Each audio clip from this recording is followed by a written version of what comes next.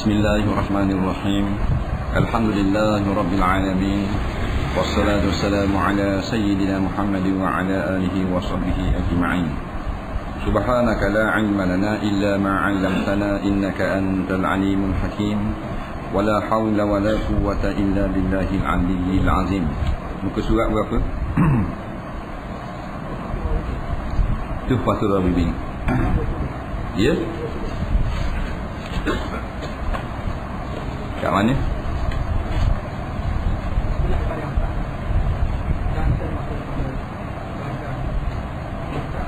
Qala al-mu'allif rahimahullahu ta'ala wa nafa'ana wa iyyakum bi'ulumihi fid dharain amin ya rabbal alamin. Kata pengarang rahimahullahu ta'ala, dan setengah daripada bagai mungkar, yakni kemungkaran maksiat yang terkandung di dalam pekerjaan berbuang fasilah dan menyangkar itu, iaitu syirik dan bid'ah sayyi'ah. Dia kata setengah daripada kemungkaran dan maksiat. Mungkar ni mana benda yang tidak diterima oleh syarak, benda mungkar. Maksiat mana benda itu derhaka kepada Allah. Jadi beza, takut mungkar pun dia mungkar. Amal ma'ruf nahi mungkar. Amal ma'ruf, suruh yang disetujui oleh syarak. Dia suruh benda baik ya. Nahi mungkar, larang benda yang tidak disetujui oleh syarak. Mungkar. Dia kata ada banyak. Di antaranya dalam tahu acok ni ada syirik. Buang fasilah ni tahu acok lah. Orang muda-muda dia ni tak dah tahu acok. Dia ni tahu anak. Beranak tak ada pok tahu. Berat juga. Dulu zaman dulu tahu acok. Dia ni tahu anak. Beranak tahu. Dapak tak ada. Cucu ada, natu tak boleh. Tapi tahu acok ni syirik. Tahu anak ni dosa besar. Nampak? Iaitu syirik. Syirik ni dosa yang paling besar. Allah Ta'ala dah ampun, melainkan dia sendiri minta ampun. Kalau lain daripada syirik, macam berzina, boleh Tuhan nak ampun walaupun dia tak minta ampun. Itu bezanya. Kata Tuhan tak mengapung ni, selama mana dia tidak minta ampun. Kalau dia minta ampun, semua dosa diampun. Cuma dosa yang lain daripada syirik, kalau Tuhan nak mengampun boleh. Kalau tidak, dia sendiri kena minta ampun. Tapi dosa syirik, Tuhan tidak akan minta beri keampunan melainkan setelah dia yang minta ampun. Faham? Beza syirik dengan tak syirik. Jadi hak mana-mana buat zaman muda itu tahu acok. Sama ada jadi jokaka. Nak jokaka. Mastermind orang putih panggil. Bukan jokuka. Itu nyanyi. Jokaka. Pada haliang. Dia tukar arah Tok Bomo Haji Lah tau. Haji Lah dang tak? Zaman tahu acok dang. Cuma tak giau. Dah buat bersekali. Tak ikut. Warak. Budak lagi. Orang tua tu betul lah. Dia budak dah. Kalau Haji Lah budak lagi. Tak? Dah kita pun dia ingat. Haji Lah budak lagi. Dia tua pada Tok Ki kita. Tok Ki kita duduk kasih ingat lagi. Tak? Jauh lagi dengan zaman kita. Kalau dah tak nak apa. Dan bid'ah sayyi'ah. Syirik dosa yang sangat besar. Bid'ah sayyi'ah. Bid'ah ni rekaan tak ada zaman Nabi. Sayyi'ah mana yang keji, yang kotor. Tapi dah saya kata kalau tak buat tak boleh. Kena buat. Di banyak anak beranak tu acok ni. Bukan tahu acak tu saja, yang nak memuja syaitan tu. Turut kehendak syaitan. Tak kira tahu acak, tak tahu kambuh ke, anyuk pelauk ke, semelih kubah, darah kubah, simbah di pukat. Boleh banyak ikan. Boleh banyak enggak? Nah. Dia kalau deraka memang boleh banyak. Dia begitu. Tengok kisah zaman Nabi Musa alaihi salam. Nah. Satu negeri tepi pantai. Nama dia Ailah. Nah. Dilarang muka tangkap ikan pada hari Ahad, hari Sabtu. Tak, nama tu dah kampung Ailah. Dah ingat tak? Dah ingat sudah. Zaman Nabi Musa AS di kaum Bani Israel. Nah, larang kerja hari Sabtu, jangan kerja situ, negeri itu kerja muka. Mana berkait dengan laut, kerana kampung ni tepi laut. Macam ladang ni lah. Nah, tapi balik bandar ni dia banyak kerja. Kalau lik-lik darat ni sikit, kalau bira patah kau tak ada kerja lain. Berkait dengan laut. Walaupun duduk atas darat, jari buka. Hak kelaut. Dah, orang puan jemur ikan kering. Dah, hak ni bagi enjin untuk macam-macam lah. Dia berkait dengan laut belaka. Nah. Jadi bila dilarang bekerja hari Sabtu, jangan muka lah buat ibadat hari Sabtu ni. Turun perintah Allah. Kerana mu ni pengikut Nabi Musa AS, aku beri kepada mu, kata Allah, rehat hari Sabtu. Sebagian diberi kepada pengikut-pengikut Nabi Isa AS, rehat hari Ahad. Dan diberi kepada kita umat Nabi akhir zaman, rehat hari Jumaat. Nah, dia ada hari masing-masing. Dalam bila turun perintah supaya tak kerja hari Sabtu, pecahlah kepada 3 golongan. Sebab tu bila turun satu hukum, dia akan berpecah manusia. Sebab tu disebut suatu hukum, akan jadilah manusia perpecahan. Nampak? Kerana ada 2 yang menyeru manusia, satu malaikat, satu syaitan. Kalau menang di malaikat, jadilah kumpulan yang ikut hukum. Kalau menang seru syaitan, jadilah kumpulan yang tak mau ikut hukum. Sebab tu tidak pelik lah kalau orang mengajar, muallim, tok guru, ustaz, mubalik, kiai, kau pandai lah, ustazah, mubalighah. Bila khabar satu hukum pada satu kampung, satu negeri, satu kawasan, satu surau, maka akan berlakulah ada yang terima dan ada yang tidak terima. Biasa. Nah, walaupun dia mengaji dengan ustazah tu 10 tahun tau, 30 orang duk menadah kita atau ustaz tu, tapi bila ustaz keluar satu hukum, dia tak lagi dengar, dia berasa tak kena, dia berasa hak sama-sama rugi kalau pakai hukum ni, pecah lah. Pecah. Ni kata kita ikut hukum ni. Ni kata tak ikut. Begitulah. Ni jadi 3 kaum. Kaum yang pertama tak bercela. Tapi tak ke laut. Mu nak ke laut, mu punya pasal. Turun dah ayat, Nabi Musa khabar dah, tak boleh ke laut hari Sabtu. Maka golongan pertama tak mau ke laut, pasal patuh kepada perintah Allah. Tapi mu nak ke laut, aku tak mau cara. Mampu mu. Golongan yang kedua, dia engkar, nak pergi juga, nak ambil juga, walaupun turun ayat jangan kerja hari Sabtu. Golongan melawan Allah.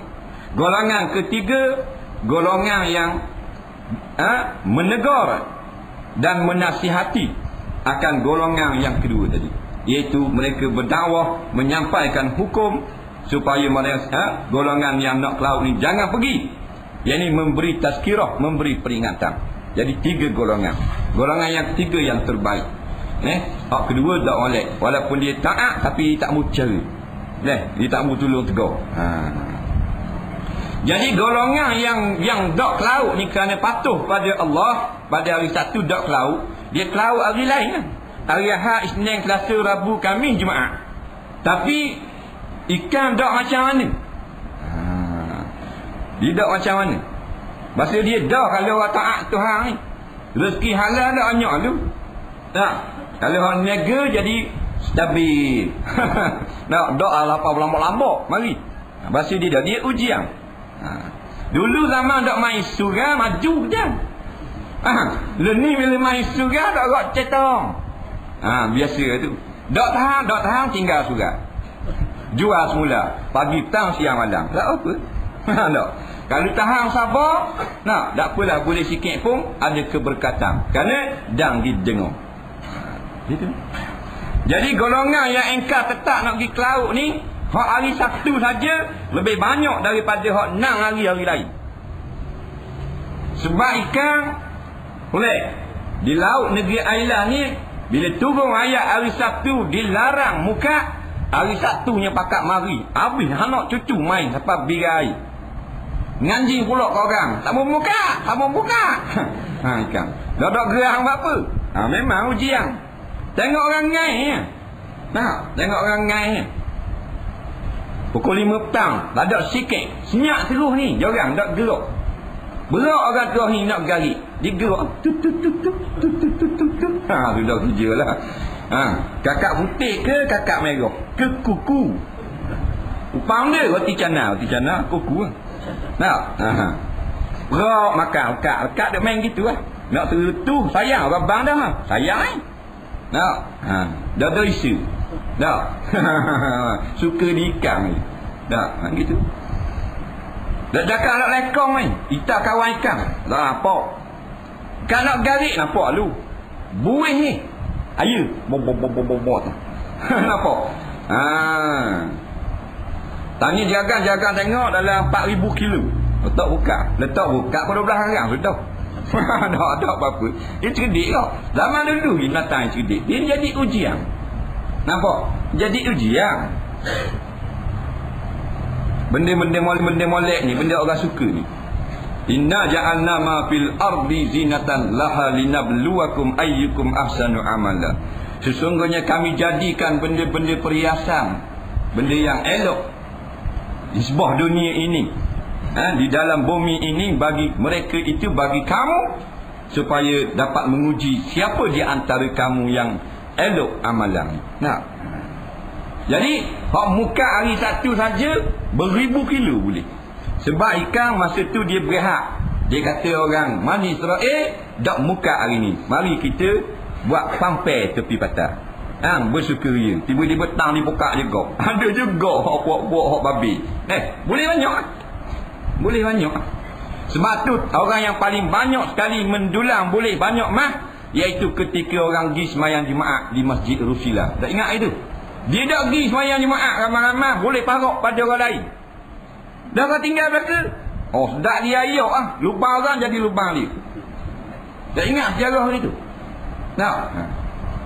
Orang ngajar daripada tahun 77 hok. Dia guru ngajar tahun berapa start? Cikgu. Cikgu ahli seumur hidup. 80. Bukan 70-an. Tak pergi lagi. Tak kira tak tanya pergi, tak pergi, tanya bila start. 70-an lah. Tahun 78 tak silap. Tuan Guru Haji Abdul Hadi Hawang. Mula mengajar. Kalau tak silap lah 78. Tak kena nak buat guna. Tak. Kita luar pendek ke masa tu. Nampak? Dah pergi. Pergi mana? Dengar. Buang masa. Pergi tak pergi bila tu beg emas kot dalam seluk. Pergi. Padahal duk dengar Masjid Rusila tu kipas ada, kapet ada. Tak. Mudahnya boleh faham pula tafsir lah, akidah lah, macam-macam baca. Tak boleh dengar, pas dengar boleh beli pula, apa balik, apa tak balik, macam-macam ada. Tak. Dah gigi tu. Bukan kata dalam kapet, celut tepung. Baru pergi dalam lubang, lubuk mandi. Lubuk ni. Mandi seluk terus. Naik tengok mata 2 T. Nampak? RM80 sama. Kalau 8,000 sama tengok dah sembahyang terus semua kali. Jadi awak boleh parok dengan khabar masa time sembahyang. Time sembahyang boleh parok. Jadi nak jadi gerah satu hari Jumaat tu tak pergi ramai. Duduk dalam lubang. Macam lubang tikus. Tikus kenari, tikus kasturi, tikus cenarok, tikus mondok ada belaka. Tindih di lubang, mati keras tu. Dia panggil mati syahid. Tindih di bumi, tak mati syahid. Lapang jenis mati syahid. Tipe di tanah. Tak? Jadi gitulah. Kalau lawan Allah, lawan kereta, dia mari boleh banyak. Ini jaga.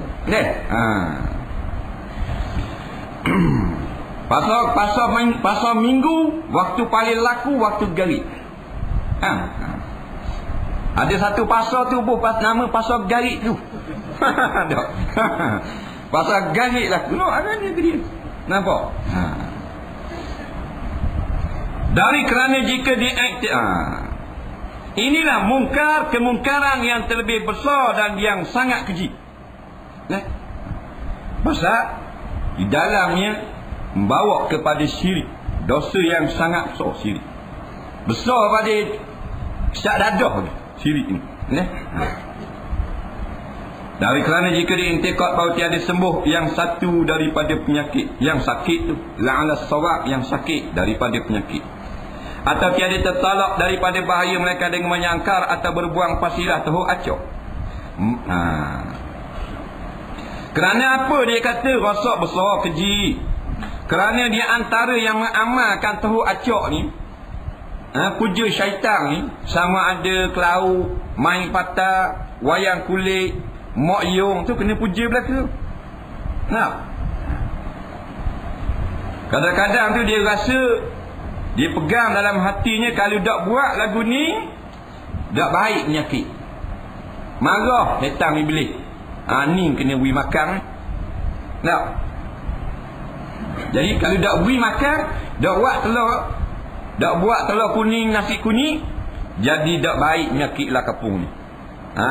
Buah tu jadi dua Tuhan, iaitu jin dan iblis, boleh menyembuh dan menolak mudarat. Padahal Allah seorang saja, orang lain tak mampu. Situ syirik besar. Learning dia mari ikut lain pula. Dulu dia pegang tu proses nenek moyang dulu jin butuh ranggah. Boleh menyembuhkan penyakit, boleh jaga kapung, boleh tolong apa benda ni, ambak ikan masuklah pukat macam-macam pegangan. Learning pun rosak juga. Pegangan rosak cara moden. Obat ni garanti baik. Doktor ni memang baik kalau kat dia. Sudah kerja lah. Sama-sama syirik. Nampak? Sama-sama syirik. Dia pasti bagus pula. Walhasilnya ilmu akidah, i'tiqad, ilmu keimanan adalah sangat penting. Di mana dua masa dan zaman kita berada. Kerana syirik, rosaknya iman, dia datang silih berganti mengikut peredaran zaman.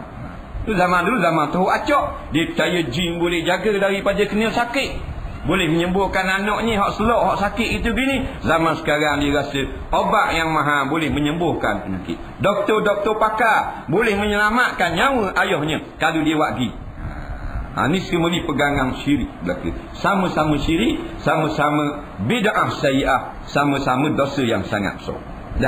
Bila kita belajar ilmu akidah, berobatlah tidak jadi syirik.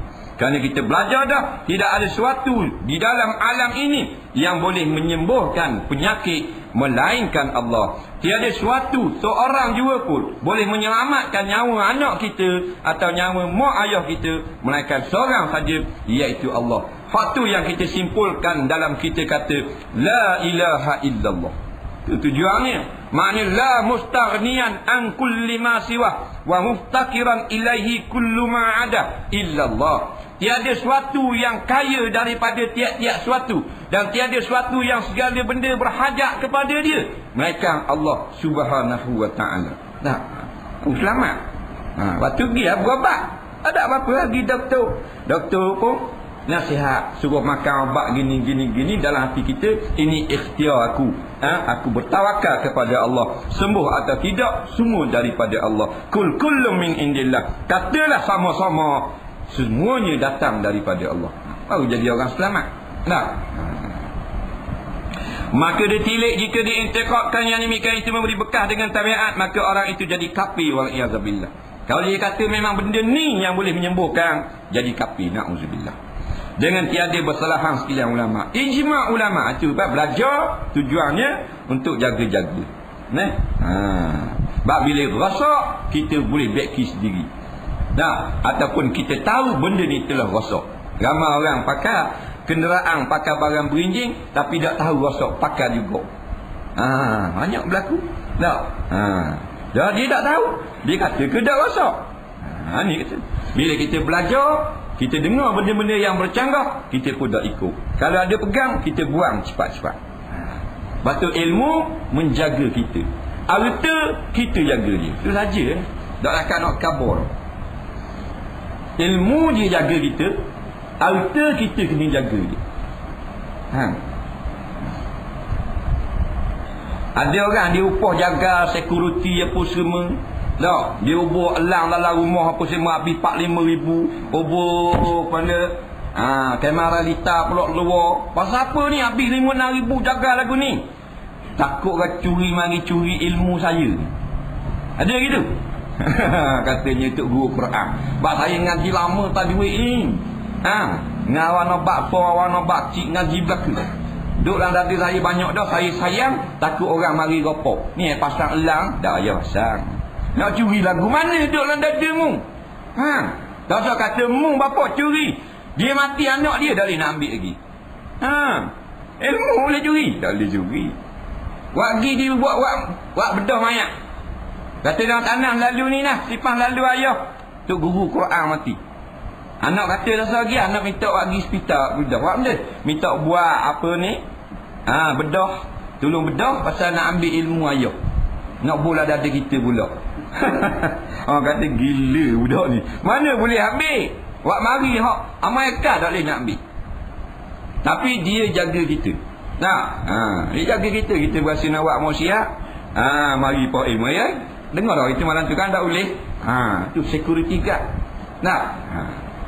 Harta kita kena jaga dia. Tu rohak. Lagi banyak lagi rohak. Rohak dunia, rohak akhirat. Harta jangan main. Harta. Dunia rohak dah nak jaga. Rohak kena jaga dah harta. Kena jaga. Tengok motosikal. Besar rata pada exhaust. Tak kena jaga. Biasaan kalau rata awak tambak gajah halus sikit. Besar pada orang ikat gajah. Baru motosikal. Rohak.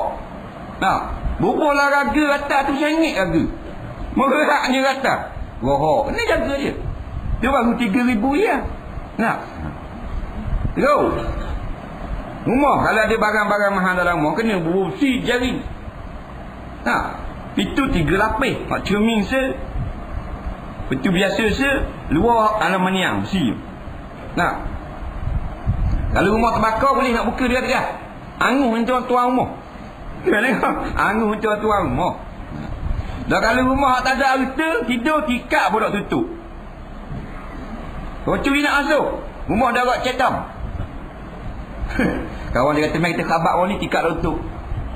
Orang masuk mau ni benda, ada benda. Ada benda rehat ada. Payang suti. Lepas tu orang ngayuk tepung. Nak curi dia agak cetam. Ni makan puluk tu Kuala Lumpur 4 hari tinggal, kita tak utuh. Balik ayam tu tidur tak kati. Kalau rumah harta banyak, memang duduk tengok di hidang. Bahaya, kita kena jaga, kena buat selok, kena apa, kena gitu, kena gini.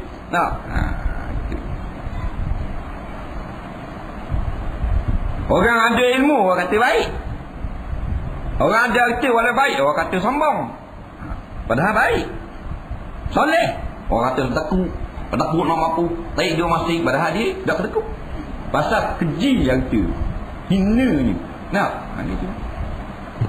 Baik, kerana tiada baginya tauhid pada af'alullah ni, belajar tauhid ni. Dan jika tiada diiktikad demikian itu memberi bekal dengan tabiat ni, hanya diiktikadkan akan diberi bekal dengan kuat yang dijadikan Allah Ta'ala dalamnya, maka orang itu jadi bid'ah fasik, tiada bersalah sekian lama. Dan pada kupurnya kesalahan mereka itu. Dia kata benda-benda ni tak boleh memberi pertolongan sedikit pun. Allah Ta'ala belaka. Cuma buat saja je. Ni fasik.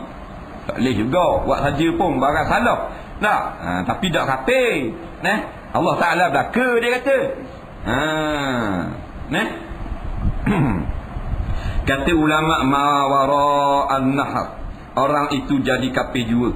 Dan jika tiada i'tiqad kan demikian memberi bekal dengan tabiat dan jadi memberkas ia dengan kuat yang dijadikan Allah Ta'ala di dalamnya, hanya diiktikadkan bahawa yang memberi bekas pada menyembuhkan dan menolakkan bahaya itu Allah Ta'ala juga dengan iktikadkannya apabila dikerjakan sangkar atau pasilah itu, maka dijadikan Allah Ta'ala sembuh daripada penyakit dan ditolakkan segala bahaya pada ketika itu.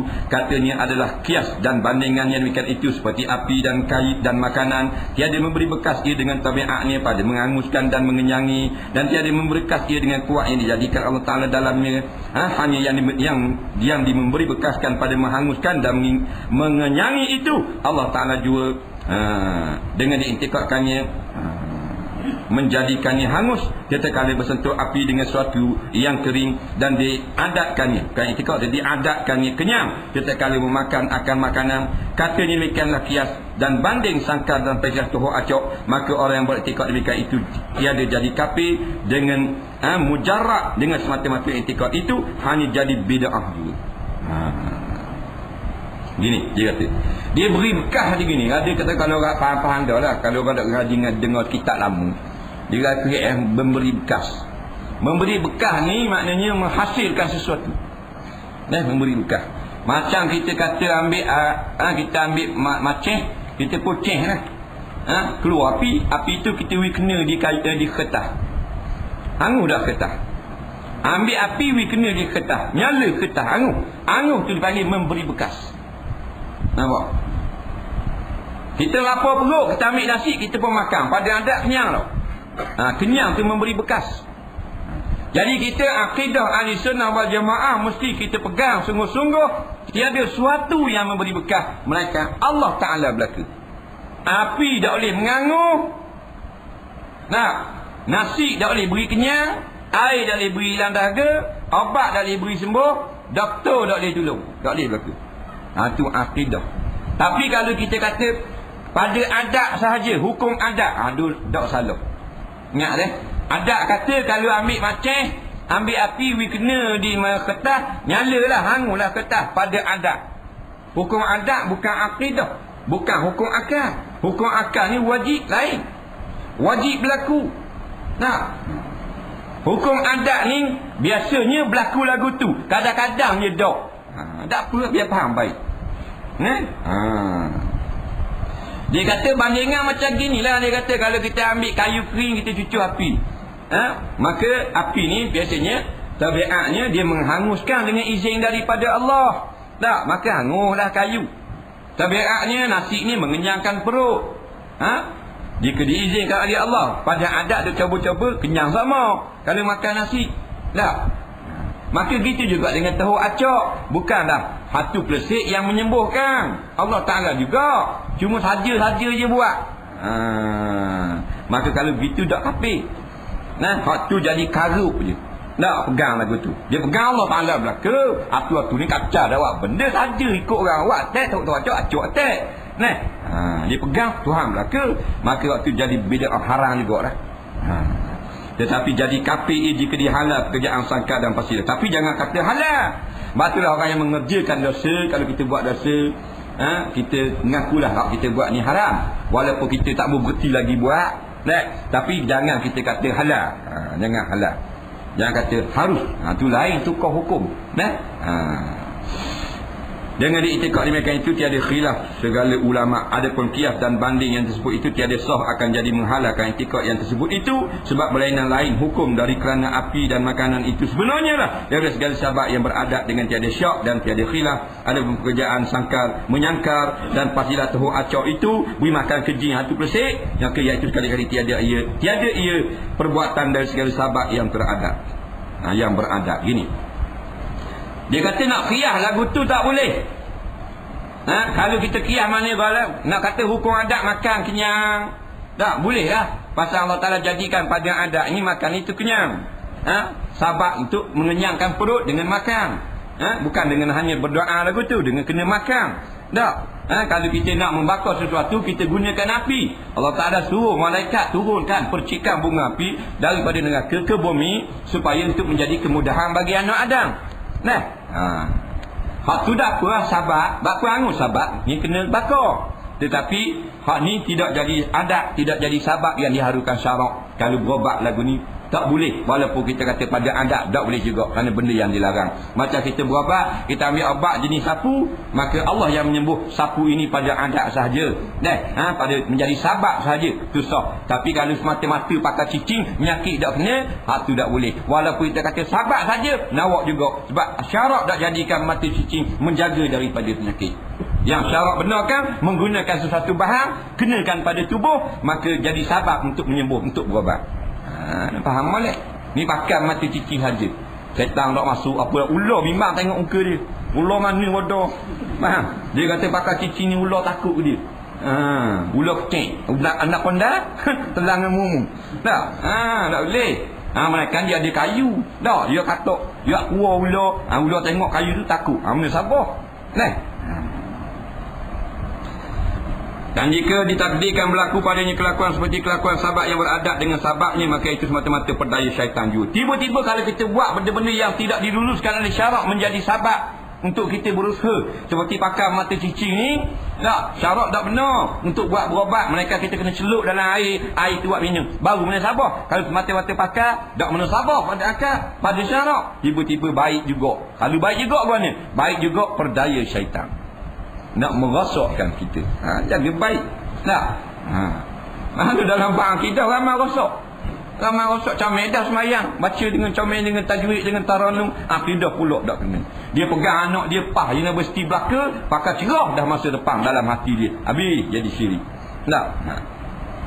Dia berasa duit dia ratus ribu dalam bank, senang dah bila-bila. Pakai dah susah dah. Tak nampak hijab daripada Allah. Syirik. Maka betapa kiranya sah qiyas dan banding yang tersebut itu, hai sekalian ikhwan yang akil. Fikirkan olehmu dengan insaf, adakah bahaya yang terlebih besar daripada bahaya kufur dan bid'ah sayyi'ah yang berhadap atas yang berbuat dia, laknatullahi ta'ala. Tak ada lagi satu bahaya lebih besar melainkan bahaya syirik. Kerana melakukan amalan-amalan seperti ini, pegangan-pegangan yang salah seperti ini, terkena laknat daripada Allah Subhanahu wa ta'ala. Tak. Maka dah takut nak faham hukum adat dah. Kalau ada gak api, kalau kita bubuh ada gak dak angu. Adat kata angu. Kalau bukankah api tu yang mengangukan sendiri? Dah, Allah Ta'ala yang menghanguskan. Kalau api yang menghanguskan, hangulah segala benda yang kena api. Ada tak benda kena api dak angu? Dah. Sebab tu tak boleh kita nak kata api tu jenis menghanguskan. Tak boleh. Sebab ada benda yang tidak hangus. Berapa dah hangus? Tuhan tak beri hangus. Maka yang menghangus Allah, sahabat api. Faham baik. Dan yang keling kena bakar. Keling aku tengok, keling aku dibakar kan mayat, ditutup dengan kayu apa semua. Tak? Ditutup di buah tazing. Tak? Hangus tak mayat dia? Ada tak? Hangus belaka kena bakar. Nampak? Hangus belaka keling mana-mana pun, di India, Pakistan, Bangladesh, Malaysia. Hangus belaka mayat bakar keling apa. Nabi Ibrahim anu besar pada api keling tu lagi. Api keling maknanya tak sampai selari kayu. Ni 7 hari 7 malam Namrud kerah, rakyat, segala rakyat menghimpunkan kayu api. Tak? Besar mana? Tunggung. Dah 7 hari 7 malam. Arahan siapa? Arahan Namrud. Raja paling besar. Besarlah api. Cicak pula tiup, pula suruh kuat. Mana tak? Waktu sunat stik cicak. Sunat stik cicak. Bunuh cicak. Siapa dapat bunuh cicak, pukulan yang pertama mampu, dia paling banyak pahala daripada 2 kali pukul baru mampu. Tapi jangan awak zalim, dosa. Walaupun sunat bunuh tak boleh. Ikat kaki, ikat tangan dia. Dia lepak lu bola botol tengok. Tak boleh, dia kena gerah. Nampak? Iza qataltum fa ahsinul qitlah. Bila kamu nak membunuh yang diharukan syarak, maka elokkan kelakuan bunuh. Ya molek. Dapat pahala. Pasal cicak tu lumbuh. Cicak tu set Namrud. Cicak tahu juga cicak. Rupanya. Nampak? Kat dadak kan tak berak. Kat kertas mayang tu, jatuh tepi. Kita sudah mayang sangat Allah. Hitam putih kehidupan. Tak? Buat semula. Ada tak cicak dua tepi. Nah. Wallahu subhanahu wa ta'ala a'lam. Ada saja soalan ni. Saya telah membandingkan betis isteri saya pula dah. Biarlah hukum ni bab zihar ni. Nah, kalau banding betis dengan ibu kandung saya, dengan lapas dengan ibu kandung, dengan lapas macam betis mak saya, dengan niat bergurau, adakah telah jatuh hukum zihar dengan lapas tersebut? Apakah yang patut saya lakukan? Dia kata ke isteri dia, betis isteri dia lah. Nampak? Macam betis mak saya. Dia kata ke betis mak. Dia boleh kata ke betis bini dia. Mak dia di rumah tu. Dia dengan isteri dia dua orang. Mak dia di rumah tu duk tengok gosti. Tak ada kena-mengena. Tak? Dia dengan bini dia. Dia kata, "Hei betis, mu macam ke mak betis mak aku." Ataupun dia kata ke telinga bini dia, "Betismu ni macam betis mak aku." Kau pandailah atau lain-lain. Mu lah, you lah yang kritik wandalah. Tapi betis bini dia. Betis awak, betis you, betis kamu, tak macam betis mak aku. Dia kata lagu tu. Dengan niat bergurau, adakah telah jatuh hukum zihar? Ni dia tahu dah zihar. Ni orang ni dia tahu dah zihar. Dia tidak tahu. Dia tak kata zihar dengan lapas tersebut. Jatuh lagi cikgu. So kau nak jawab. Jatuh dah. Tik Mak? Jatuh. Jawapan dia dok lagi. Dok lagi. Dia ni bila menyerupakan ni, dia panggil kalam ini kalam mengandungi tasbih. Tak? Kalam tasbih. Dia dalam satu bab tasbih dia panggil. Menyerupakan. Kena balik pada ilmu lughah. Tasbih ni rukun tasbih ada berapa? Tikman. Pak. Yang pertama musyabbah bih. Yang kedua musyabbah. Yang ketiga al-musyabbih. Yang keempat wajah syabah tak? Musyabbah bih, wajah syabah dan apa benda ni sirah. Sirah. Betul tak? Alat tasbih 5. Ada tu tasbih tu dah jadi 5. Jom. Tak faham dia lah nak kabul tu. Faham tak? Iaitu benda yang kita serupakan. Siapa yang kita serupakan? Isteri kita lah. Lepas tu kita serupakan dengan siapa? Dengan mak kita. Musyabbah bih. Tak? Alat tasbih. Lapah tu macam mana? Lapah tu penting. Tak? Lapah tu penting. Jadi maksudnya, kalau kita menyerupakan betis bini kita dengan betis mak kita pada pihak mak, tak jadi jihad. Kalau atas pihak aurat tu lain. Atas pihak haram baru jadi jihad. Atas pihak mahram, menyerupakan menjadi mahram. Tapi kalau kata gemuk, atas dasar gemuk je, betis-betis. Umpama betis bini dia besar. Tak, macam betis bini dia macam betis mak dia. Besar tak besar mana? Besar dalam besar sikit-sikit pada bocong gas.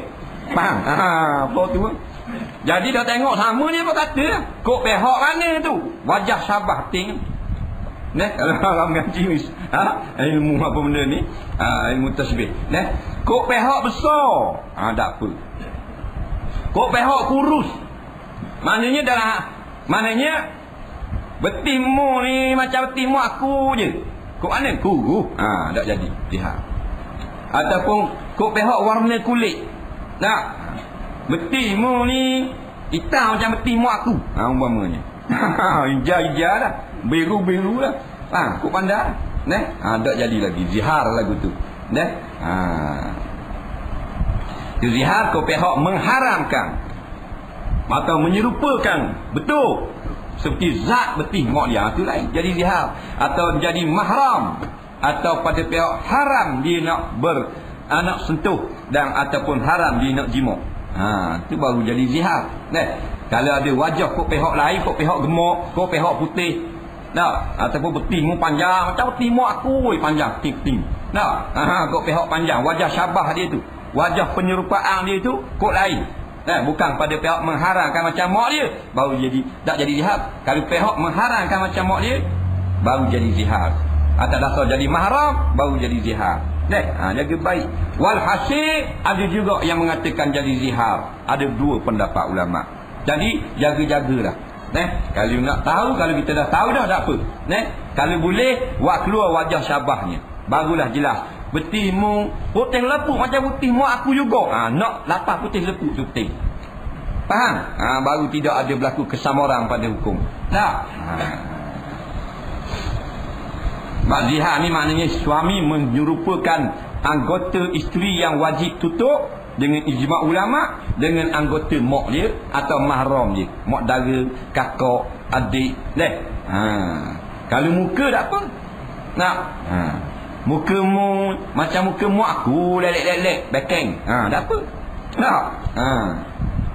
Sifat mu ni peranganmu babi macam mak aku juga. Tak apa tu perangan. Anggota badan jangan, dada, kopek, perut, punggung, jangan. Jangan.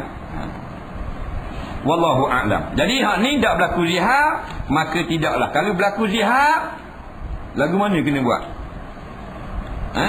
Dia kata punggung macam punggung mak aku. Umpama hak jadi zihar. Peha macam peha mak aku, macam peha adik aku puan. Kena buat apa ni cikgu? Kalau berlaku ni, kalau zihar, kena bayar kafarah zihar berat. Berapa bulan puasa? 2 bulan turut-turut. 59 hari dah. Tiba-tiba dah ingat niat malam terakhir, kena buat mula. Berat nanang. Dah berat tak usah buat. Faham? Tak usah buat.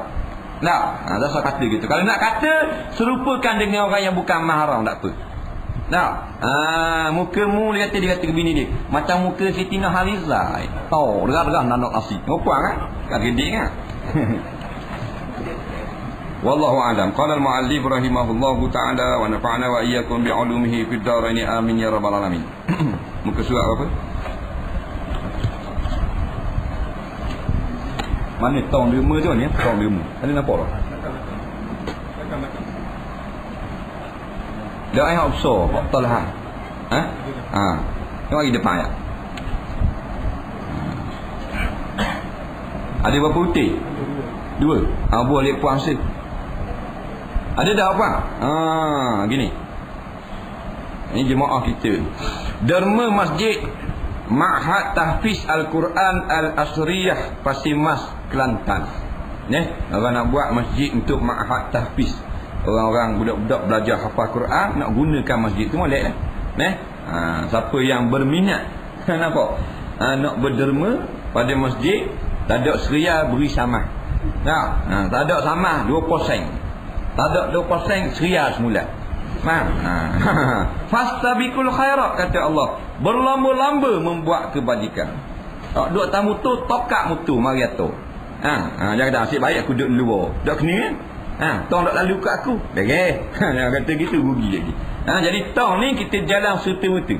Pasal lagi hak masa lepas sembahyang tu tong hak surah kita tak sama. Tak. Boleh sikit surah tadi. Biarlah. Jalan halu. Pergi kona balik. 2 kali pergi tak apa, kat pergi pula surah. Masa ni dah nampak lagi. Dah mati nampak. Nampak?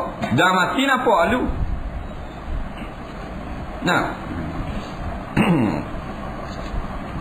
Bila mati nak jadi orang sedekah, nak jadi apa selalu. Bila mati nak minta hidup semula, nak sedekah apa habis mati.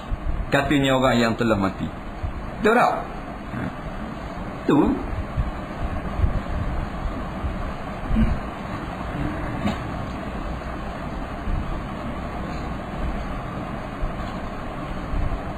orang yang mati bila dicabut nyawanya oleh Allah, Allah Ta'ala hikayatkan dia berkata-kata setelah dia mati, fayaqula rabbi laula akhartani ila ajalin qarib fa asaddaqa wa akum minas salihin.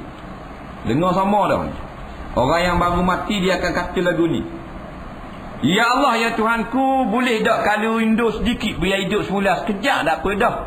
Untuk apa? Fa asaddaqa, aku nak sedekah, aku nak derma macam-macam, dan aku nak jadi orang soleh. Kita tak mati lagi. Boleh derma. Babu majaa fi akli dubai. Babu majaa fi akli dubai. Bab yang telah datang ia bab pada menyatakan hadis yang membicarakan makan buah labu. Apa dengar? Macam-macam buah kita dengar makan. Nah, bagus kita ni. Makan buah labu. Orang nyakit dia tak makan buah labu. Aje dah. Dia ni benda sejuk. Kalau orang sejuk, tabiat ni tak akan buah labu. Hak darah panas boleh. Makan buah labu ni kaifiat besar. Kaifiat pula dah. Khasiat besar untuk orang bercinta. Ni petua. Jangan makan ni, dengar dulu. Dengar dulu. Kan senang tak ada, tak ada. Tak je dengar ni.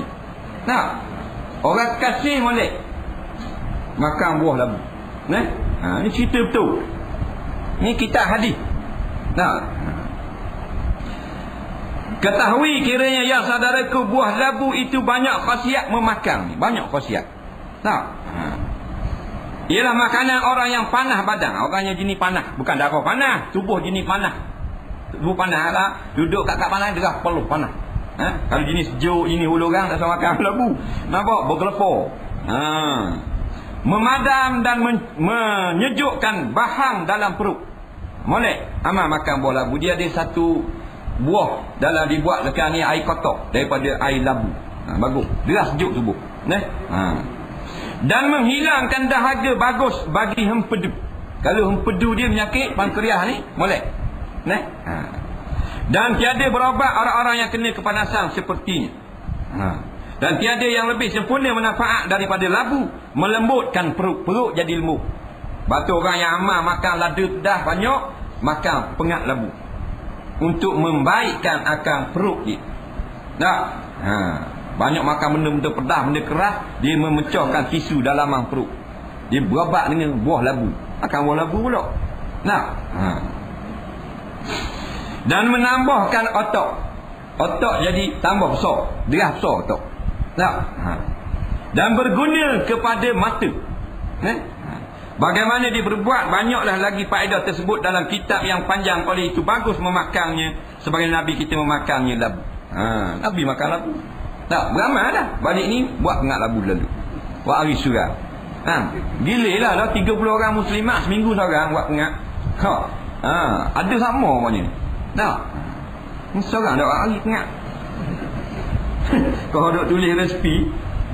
Seperti yang tersebut pada hadis dikeluarkan oleh Abu Isa Tirmizi. Demikian ini katanya an Abi Talut qala dakhaltu ala Anas bin Malik wa huwa ya'kulul qur'a wa huwa yaqulu ya laki syajaratun ma ahabbaki ilayya li hubbi Rasulullah sallam iyaki. Diriwayatkan seorang yang bernama Abi Talut, katanya telah masuk aku atas seorang sahabat bagi Nabi SAW, namanya Sayyidina Anas bin Malik radhiyallahu anhu. Pada halnya Anas sedang makan labu, telah dimasak kapi, dan ia berkata, amboi kamu, hei pohon, apalah eloknya kamu, apalah sehabis sukanya engkau kepada aku.